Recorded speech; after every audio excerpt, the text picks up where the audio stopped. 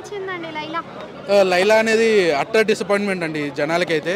So మూవీలో ఏంటి అసలు ఏ ఎలిమెంట్స్ చూసి ఆయన మూవీకి తెప్పిద్దాం అనుకున్నారో కూడా నాకు అర్థం కాలేదు. ట్రైలర్ అయితే ఏదైతే చూసామో అదే సినిమా అంతే. ఒక సస్పెన్స్ ఎలిమెంట్స్ కానీ ఒక మాస్ డ్రైవింగ్ ఎలిమెంట్స్ కానీ ఏమీ లేవు మూవీలో. సో అలాంటి ఏమీ లేని డప్పుకి డోల్కి మనం ఇచ్చి ఇక్కడికి వస్తే మాత్రం ఇట్స్ అటర్ వేస్ట్ మూవీ. అంటే సినిమాలో మీకు ఎందుకు ఏం నచ్చలేదు? చాలా మందికి లైలానే హైలైట్ అంటున్నారు, మీకు లైలా కూడా నచ్చలేదా? లైలా గారిని నచ్చడానికి ఇప్పుడు అమ్మాయిని చూడడానికి సినిమా రావాలంటే మనం చాలామంది హీరోయిన్స్ ఉన్నారండి, బయట కూడా చూసుకోవచ్చండి. నేను వారం అంతా కష్టపడి నా 300 తెచ్చి ఇక్కడ ఎందుకండి ఆయన లేడీ గెటప్లో చూసుకోవాలి.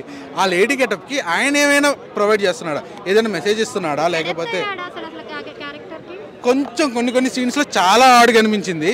అండ్ ఆబ్వియస్లీ నేను ఇదైతే మెన్షన్ చేయాలి, there is a thin line difference between adulterated comedy and vulgarity. మూవీలో వల్గారిటీ చిల్లరా అని మెన్షన్ చేస్తాను నేనైతే. ఆ చిల్లరా తనం అనేది చాలా ఎక్కువైపోయింది మూవీలో. ఎందుకంటే అడల్టరేటెడ్ కామెడీ అనేది డీజే టిల్లులో కూడా ఉంది, but it was highly appreciated. But ఈ మూవీలో మాత్రం అంత సీనే లేదు, సినిమాయే లేదు. లేదండి, చిన్నపిల్లలని అయితే అసలు చిన్నపిల్లల వరకు ఎందుకండి, మీ ఫ్యామిలీనే తీసుకొచ్చి మీ టైం వేస్ట్ చేసుకోకండి, డబ్బులు వేస్ట్ అయితే అనవసరంగా చేయకండి. లిటరల్ ఇది క్రింజ్ కూడా కాదండి, క్రింజ్ ప్రో మ్యాక్స్ అంటున్నాను కదా, చిల్లర్ అండి, క్రింజ్ కూడా కాదు. ఎందుకంటే కొన్ని అదే చెప్తున్నాను, there is a thin line difference between adulterated comedy and vulgarity అండి.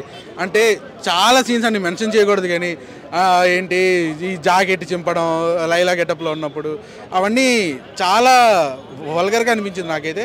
అండ్ సోను మోడల్లో అయితే నిబ్బా నిబ్బీస్ అంటారు కదా, అలా అనిపించిందండి. సో అంతకుమించి ఏం లేదండి.